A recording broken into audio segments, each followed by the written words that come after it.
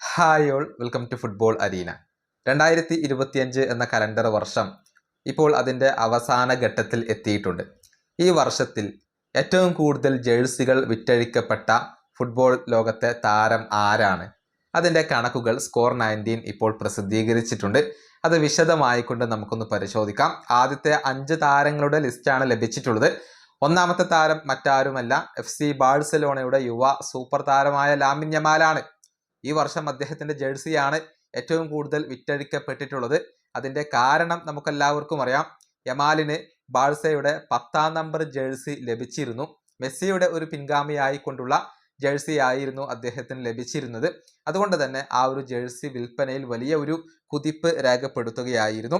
Score 19ന്റെ report പ്രകാരം അഥവാ അവരുടെ കണക്കുകൾ പ്രകാരം 13,15,000 ജേഴ്സികളാണ് ഇത്തവണ ലാമിൻ യമാലിൻ്റെതായി കൊണ്ട് വിറ്റഴിക്കപ്പെട്ടിട്ടുള്ളത് എന്നാണ് ഇവർ റിപ്പോർട്ട് ചെയ്തിട്ടുള്ളത്. ഒന്നാം സ്ഥാനത്ത് യമാലാണ് വരുന്നത്.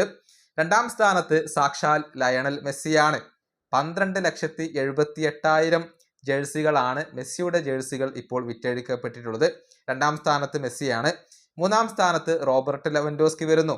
11,10,000 ജേഴ്സികളാണ് അദ്ദേഹത്തിൻ്റെതായി കൊണ്ട് വിറ്റഴിക്കപ്പെട്ടിട്ടുള്ളത്.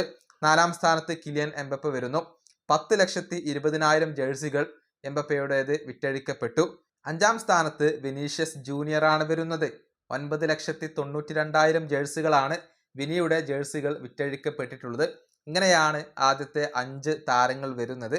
FC ബാഴ്സലോണ, റയൽ മാഡ്രിഡ് എന്നിവരുടെ ഒരു ആധിപത്യം നമുക്ക് ഇവിടെ കാണാൻ കഴിയും എന്നുള്ളതാണ്. പക്ഷേ മെസ്സിയുടെ ഡിമാൻഡ് അതിപ്പോഴും കുറഞ്ഞിട്ടില്ല. മെസ്സിക്ക് ഇപ്പോഴും വലിയ ഡിമാൻഡ് ഉണ്ട്. നമുക്കറിയാം മെസ്സി അമേരിക്കയിലാണ് കളിക്കുന്നത്. എന്നിരുന്നാൽ പോലും അദ്ദേഹത്തിൻ്റെ ഇന്റർ മയാമി ജേഴ്സികൾക്ക് വലിയ ഡിമാൻഡാണ് ഇപ്പോഴും ഫുട്ബോൾ ലോകത്തുള്ളത്. ഈ വീഡിയോയുടെ അവസാനിപ്പിക്കുന്നു. അടുത്തൊരു വീണ്ടും കാണാം.